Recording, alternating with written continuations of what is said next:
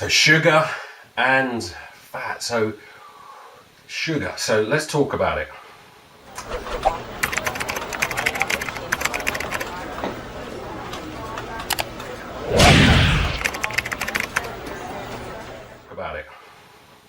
Hi, it's Aaron from the Mind Body Project. Welcome back to day number 6.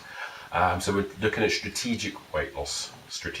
So it's maybe going to be different from what other people would do, and there's reasons for that, because I'm looking at the whole picture rather than just specifically weight loss. So we're talking about sugar. So let's go for it. Sugar, and then there's fat. Okay, because you may have heard some ketogenic diets, you may have heard different types of diets and plant diets and all that. So what you do with a ketogenic diet is you take out most of the sugar from there. You keep that really, really low, so the carbs really low, and then you're having more fats and vegetables. So you may have heard that. This is all on the advanced strategic weight loss course. So I'll go into all loads of different types of diets and that. Now, calories wise, sugar is 4 calories per gram,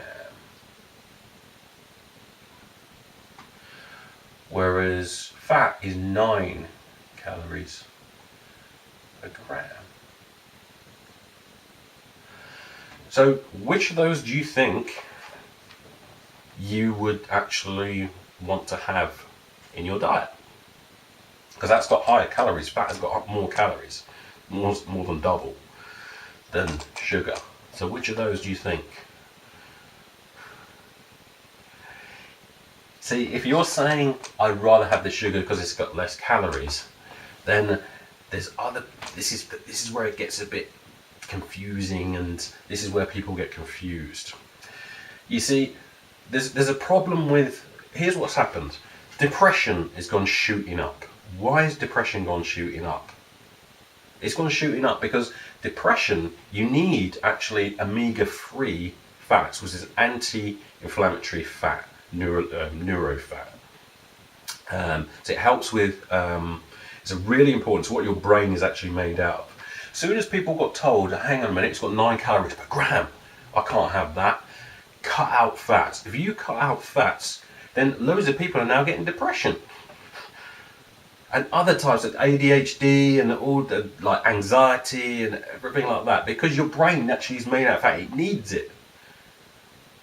But people have been cutting it out, and this is more to do with quality of fats. So omega-3 fat, you really, really need that. It's very important. The fatty acid, so you need that. But people have been cutting all of this out because things have got fat in them. It's like seeds and nuts. People have been cutting them out. It's got too much fat in it because of that stupid traffic light system. It's the dumbest idea. You should be whoever put that in the place should be ashamed of themselves. They should be, because you're basically causing people confusion and a load of mental issues as well. Because people are like avoiding that. When it's got a red, they're going, oh no, I can't have that. I can't have any nuts that my brain actually needs. And that's caused a massive issue. Sugar, on the other hand, they're going, yeah, I can have more sugar, and then just avoid the fats. I'll have take out the fats. So yogurts, for example, low-fat yogurt, yeah. But then they're putting loads of sugar in it. What is sugar? What does sugar do to the body? Sugar causes insulin spikes. So what does insulin do? So insulin is a fat storage hormone. Yeah, it's a fat storage hormone. So if you're having loads of sugar, then now what's happening is people are getting diabetes has gone shooting up as well. You've told them have that instead of that. Now depression and diabetes. Yeah, because you're causing an actual massive problem. That is why you need to be no, you can't be having loads of sugars. From fruit, it's fine. We may go on to talk about that, but fruit is fine because fruit's got fibre in it and other compounds which are natural. So so the way that you look at it is like this: man made it, don't eat it. So all the processed foods, all the stuff that's got loads of sugar in it, then that is going to cause a massive insulin spike, which is going to cause it, and it lasts and lasts and lasts. So basically storing fat whilst that's happening when you're eating sugar. That is why the people are doing that ketogenic diet. So you can lose weight by eating more fat. So you can do that. Now, I don't like that. I prefer, there's other ways. Plant-based diet is the one that's well researched, and it's on the eating and for mental and physical health course. So I've tested all these types of things on my own body and realised that plant-based stuff is the way to go forwards. But sugar, if you're going to have loads of sugar, you're going to have fat storage hormone there. It's quite incredible how that works, actually, because if you go onto my YouTube channel, look at the detox that I did, 7-day detox, it'll tell you everything and show you what smoothies I had and everything there. But that was something very enlightening to me, because what happened was my body shifted. Rather than burning sugar, what it started to do was burn more fat. But then I felt like I had a massive energy supply. I was just like, wow, because you've got more fat in your body, you've got enough fat to last you about 55 days. But with carbs, it's only got enough to last about a day. So I felt like I had loads more energy. But where the downfall was for me was that weights-wise, I got slightly weaker when I was doing the weights. So cardio-wise, I went, whoa, I've got loads of energy. But there was a shift, I could feel a shift in my body use it different, changing over energy systems. But you want to keep that down, because the other thing about that is it influences the brain. It creates brain fog. Yeah, it creates brain fog because it's an inflammatory response. And so sugar, which is disease. So inflammation equals disease, and that's what that's going to do, sugar. It messes up a lot in your body. Natural sugars is fine from fruits.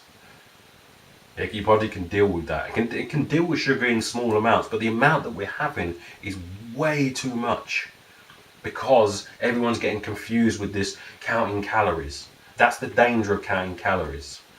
So it can be a good thing if people are eating fruit, but I've seen some things where people are going, no, I can have a cheat day, I can have this and I can have that. It's still going to cause an insulin spike.